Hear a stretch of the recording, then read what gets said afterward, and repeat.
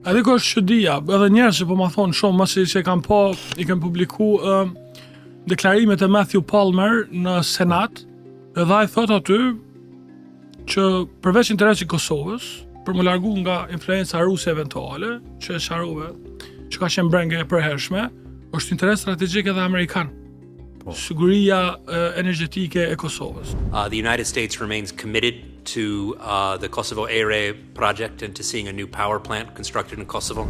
Edhe njerëz po më thonë mu, me të drejtë, që është e mundun që përkundër që Amerika shprehet kaq hapur, edhe nevoja amerikane për këtë investim nuk është trajtu ma seriozisht, nuk është marrë parasysh ma shumë. Qysh ka mujt dikush në Kosovë me ndalë qatë projekt? Që kjo është çudia. Po shiko tash, nëse dikush e përcjell me vëmendje çka po bën Amerika në Ballkanin Perëndimor, do ta kuptoj që Amerika do të insiston me këmbëngulësi që ta dëboj Rusinë dhe Kinën nga Ballkani Perëndimor. Prania ruse në Ballkan është prani e naftës ruse, gazit rus. Edhe Kina ka investime të mëdha në Serbi veçmas. Dhe në këtë segment është interesim i madh Amerikës që të sigurojë gjeopolitikisht Ballkanin Perëndimor njëri për gjithmonë, që të bëhet pjesë e perëndimit, pjesë e Amerikës, pjesë e investimeve të mëdha amerikane. Prandaj edhe në këtë kontekst ne nuk duhet të kemi hezitim fare. Për ne është me rëndësi kapitale që të mundsojmë një ringjallje, nëse mund të thuhet ashtu, e prodhimit të energjisë në Kosovë, një sigurim i brendshëm të prodhimit të energjisë Kosovë, duke patur si argument edhe atë që siguria përgjithshme varet me sigurisë energjetike dhe afërsisë me Shtetet e Bashkuara të Amerikës dhe me Evropën Perëndimore. Unë jam i sigurt që do të ketë investitor të ri edhe në linjit në Kosovë, sepse tash është ringjall, siç ta merr Thëngjilli, edhe Gjermania, shtetet e tjera. Edhe në Australi. Për shkak që po është më e sigurt se sa energjia prodhuar nga atomi. Plus teknologjia, po teknologjia e re, edhe të mos harrojmë që te ne Thëngjilli është sipërfaqësor. Nuk janë minera thella që duhet ti, do të thotë harxhimet, kostoja e nxjerrjes së Thëngjillit është shumë e linë krahasim me Thëngjillin kur është nëpër miniera. Është Thëngjilli sipërfaqësor dhe ata bagerte e mëdhaj janë gjendje të përmbushin nevojat e Kosovës për prodhim të energjisë edhe për eksportin eventual të Thëngjillit në shtetet në rajon. Nëse merr parasysh krejt historiku, histori prej viteve 2000, prej pas lufte. A ka qenë problem administrativ që sot s'kemi një termocentral të ri me teknologji moderne, edhe më shumë betejë politike e mbreshme që pastaj i ka friksuar investitorët?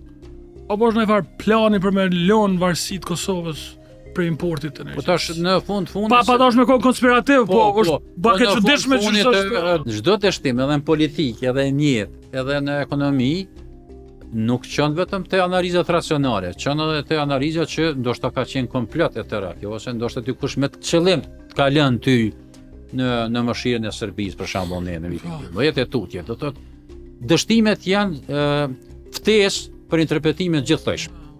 Edhe këtu ne kemi dështuar këtu tash. Ndoshta kemi dështuar për shkak probleme administrative, po besoj që mbi gjitha kemi dështuar për shkak të mungesës konceptit zhvillimor të Kosovës, sepse ne kemi ditur që nuk mund të ketë zhvillim të madh të Kosovës nëse ne nuk sigurojmë rrymë në Kosovë, nëse ne nuk sigurojmë ujë të mjaftueshëm në Kosovë, nëse ne nuk e kemi bujqësinë e zhvilluar.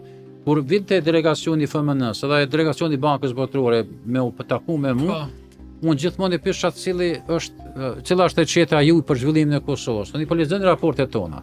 Çka thonë raportet e Bankës Botërore FMN-s? Energji, bujqësi, vazhdimisht. Pra, mallrat që i bleni ushqimore jashtë, ju mund t'i prodhoni brenda. S'keni nevojë me harxhu miliarda euro për me ble gjëra që ju mund t'i prodhoni vetë. Për këtë ekziston historiku. Në vitet 80 lirim, kur Kosova ka qenë njësi federale, ne i kemi përmbushur ajo Kosovë që ka qenë me 90% nevojat tona ushqimore. Me 90%. Sot i plotësoj me 7%. 7%? Tash krahasoj 7% e sodit me 90% e atetit. Edhe çka bëhet me këtë 90%? Është bujqësia, është se sot ki diversifikim të... Bujqësi, jo, është vetëm në bujqësi. Në bujqësia prodhon vetëm 7% nevoja ushqimore të Kosovës, ndërsa bujqësia viteve 80 ka prodhuar 90% nevojave tona. Si e mbulojmë këtë deficit? Me blerje të mallrave, me blerje të prodhimeve bujqësore, prej Serbisë, prej Maqedonisë, prej Hungarisë, prej Malit Zi, dhe paret që na vijnë faktikisht prej Mërgatës, ne i harxojmë Kompenzojmë për edhe e dërgim blejmë Serbi. mallat në Serbi. Na i kemi pas liçenet artificiale sepse atëherë Kosova ka menduar që është rëndësi etike që sigurohet uji. IBL Pençi ka siguruar jo vetëm ftohje për Kosovën B, sepse është dashur të ftohen generatorët, po ka siguruar edhe rjetin e bujqësisë, e investimeve në bujqësi, vaditjes. Pastaj kemi pas liçenin e Gazivodës për përmenda, liçenin e Batllavës, Badosit, Livoçit, Radoniqit. Shiko tash, 6-7 liçene janë ndërtu për 10-15 vjet me para që i kemi marrë me hua ndërkombëtare. A kemi ndërtuar ndonjë liçen prej 99-s së sot? Asnjë. Kosova ka nevojë urgjente për ujë dhe për liçene. Kosova ka nevojë urgjente për fuqi energjetike, ka nevojë urgjente për një bujqësi të riparuar. Dhe sa i përket infrastrukturës kemi zhvillime në krahasim me vitet 80, sepse atëherë ka filluar. 80% ka. 80%. Po në përgjithësi, po them, ne duhet të fokusohemi aty çka na thotë edhe Banka Botërore FMN-s, nuk na këshillojnë për të keq.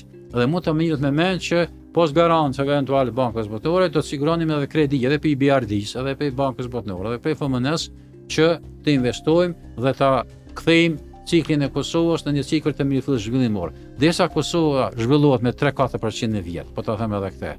Nuk ka asgjë më shumë pas një mirëmbajtje sociale ekonomike. Për të ecur tutje në mënyrë të kategorike ne duhet të zhvillohemi spaku 7%. Minimumi është 7%. Minimumit është 7%, ndërsa realisht do të tuaj me dy shifror, me 10%, 11%. A mund ta bësh këtë pa një energji, prodhim të energjisë, a mund të bësh ta pa bujqësi? Pa bujqësi, nuk mund të bësh as pa njërin as pa tjetrën. Prandaj duhet të mendojmë shumë më tepër, sepse gjitha temat tjera objektivisht janë irelevante, nëse ti zhvillohesh ekonomikisht, nëse bësh fuqi reale ekonomike në rajon që mund të bësh, sidomos me energji, atëherë gjitha temat tjera mund ta ndërsohen shumë më lehtë.